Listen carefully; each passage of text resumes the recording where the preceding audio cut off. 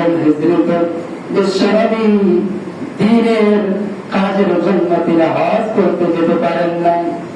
হযরত আবু বকরকে তিনি পাঠিয়ে দিলেন হজ সম্পন্ন করার জন্য। পরের বছর 10 হিজরীতে নবীজি হজ আদায় করতে চলে গেলেন প্রায় সমস্ত সাহাবীদেরকে নিয়ে। নবীজি যখন হজ সম্পন্ন করলেন, বিদায় হজের ভাষণ দিয়েছিলেন ওই 10 হিজরীতে নবীজি আমার।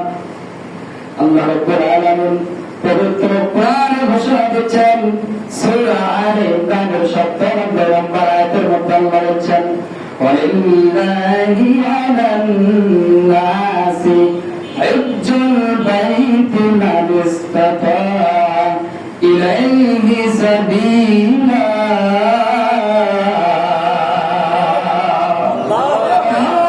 কাফারা ফাইন্নাল্লাহা গনিয়্যুন আনিল আলামিন।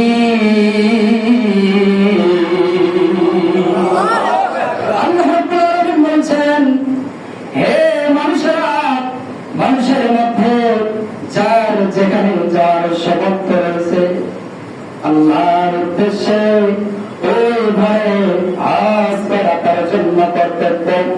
কেউ যদি তা প্রত্যাখ্যান করে সে জেনে রাখো আল্লাহ রাব্বুল আলামিন সারা বিশ্বের জন্য মুখাপেক্ষিরা। সুবহানাল্লাহ।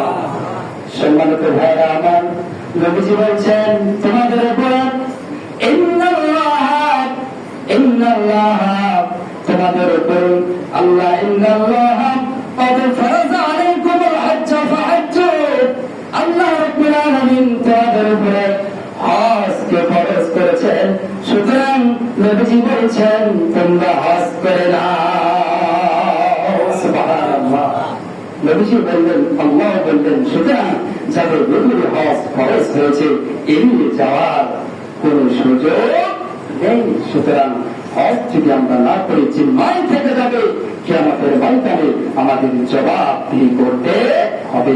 সুতরাং যাদের টাকা পয়সা আল্লাহ রাব্বুল আলামিন দিয়েছেন তারা যেন